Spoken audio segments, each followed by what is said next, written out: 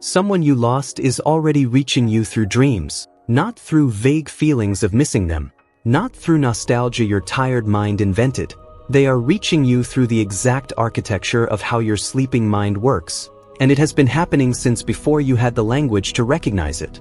This has already been happening. You just did not have the words for it yet, and something in you is quietly shifting because of that. Welcome. This channel exists for the things that happen to you that no one around you fully understands. If this is your first time here, consider staying. What we cover here tends to find the people who need it most. In this video, we are going to move through 7 distinct patterns that appear in grief dreams. The dreams that arrive after you lose someone. Some of these will feel familiar immediately. Others will stop you mid-breath. Stay until pattern number 5. That is the one most people find impossible to explain away. And the final pattern changes how you understand everything that came before it. Pattern number 1. The first dream does not arrive when you expect it. You wait for it in the first week. You lie awake in the dark and almost beg for it. You want to see them. You want one more conversation, one more glimpse. And nothing comes. Your sleep is either black and empty or chaotic and strange, full of faces that are not theirs.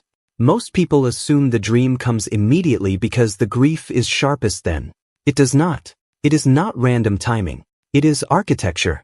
Deirdre Barrett at Harvard, who has studied grief dreams extensively, found that these dreams cluster not in the immediate shock phase, but weeks or months later, specifically when the numbness dissolves and the permanent quiet of the absence begins to settle into daily life. Matthew Walker at UC Berkeley identified why, during the most acute trauma period, your brain is flooded with cortisol and stress chemistry that actually suppresses the REM processing needed to produce these vivid, coherent dream states. What this means for you is this. If you have been waiting and it has not come yet, that is not abandonment. That is biology protecting you until you are ready.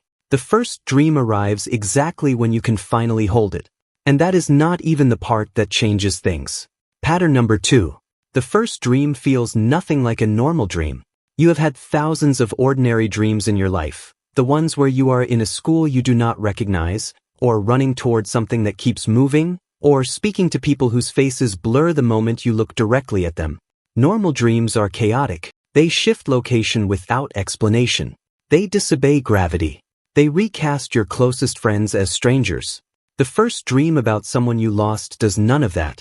Most people assume it will feel dreamlike, fragmented and symbolic and strange. It does not. It is not blurry. It is sharp. Joshua Black, whose research focuses specifically on post-bereavement dreams, documented what bereaved individuals consistently describe: a hyper-focused visual stability, an absence of background noise, and a breathless stillness that feels structurally different from any ordinary dream state. The person appears clearly. They look at you with full recognition.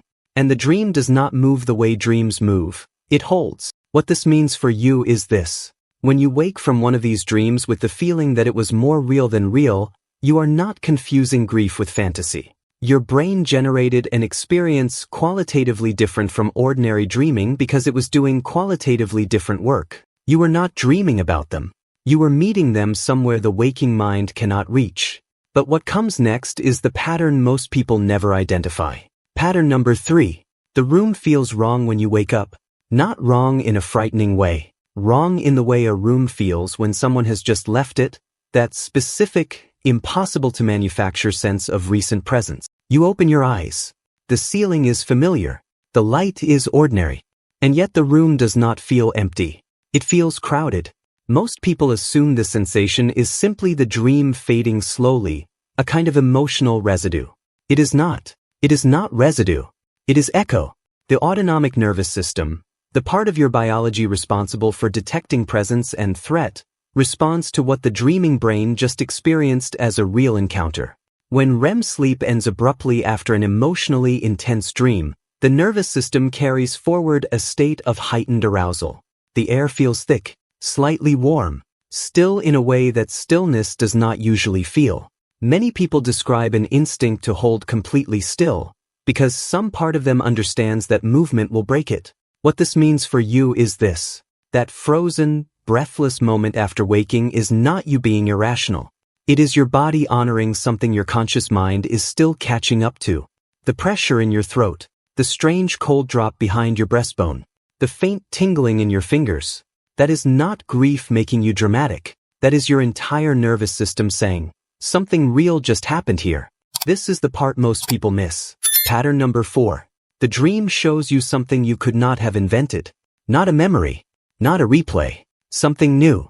You are not watching footage from your past. You are receiving behaviors, expressions, and words that fit that person perfectly, but that your waking, grieving mind was never capable of generating on its own. A jacket you had not thought of in 12 years. An expression they only used once, during a specific hard season of your life. Sentence, calm, unhurried, exactly right, that you could not have written if you tried. Most people assume these details are just old memories surfacing in new arrangements. They are not. It is not retrieval. It is creation. Dennis Klass, Phyllis Silverman, and Stephen Nickman introduced what is now called continuing bonds theory, a framework that shifted how grief researchers understand healthy bereavement. Their finding, the healthiest form of grieving is not severing the bond. It is transforming it.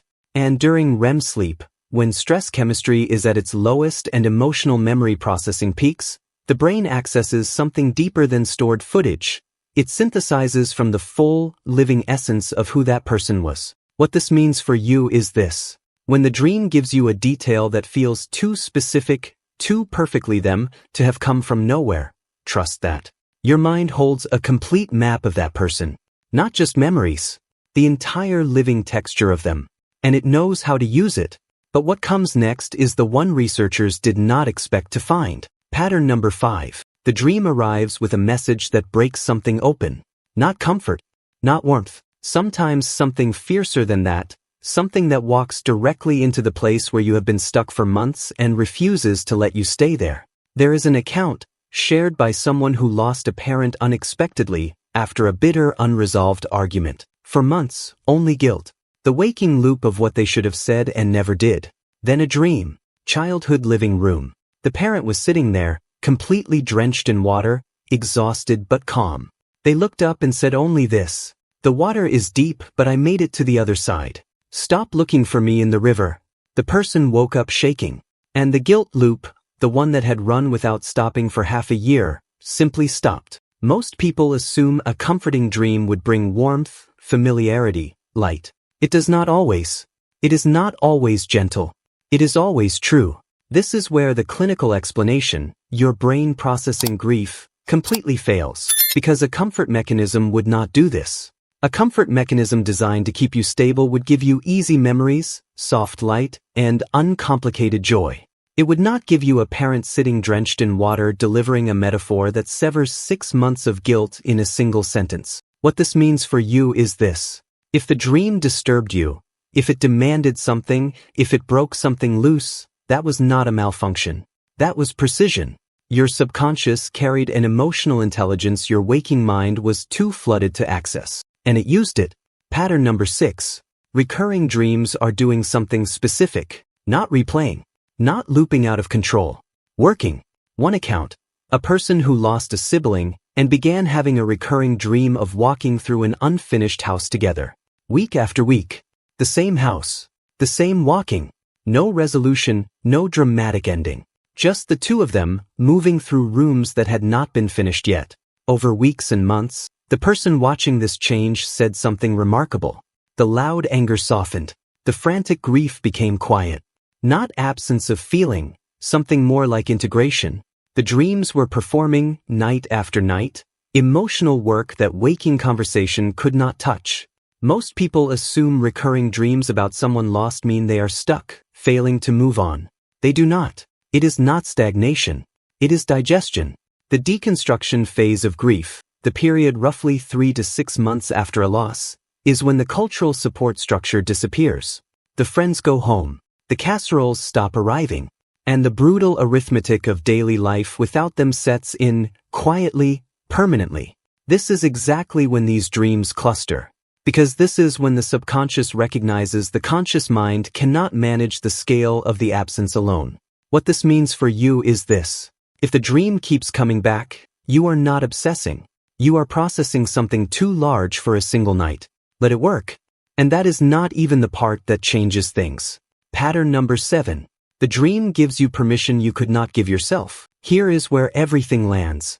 Among the bereaved, research consistently documents that 46 to 58% of people report dreams of those they have lost. And among that group, the overwhelming pattern is not comfort exactly, it is release. Something loosening that had been locked. Something being handed back. A word.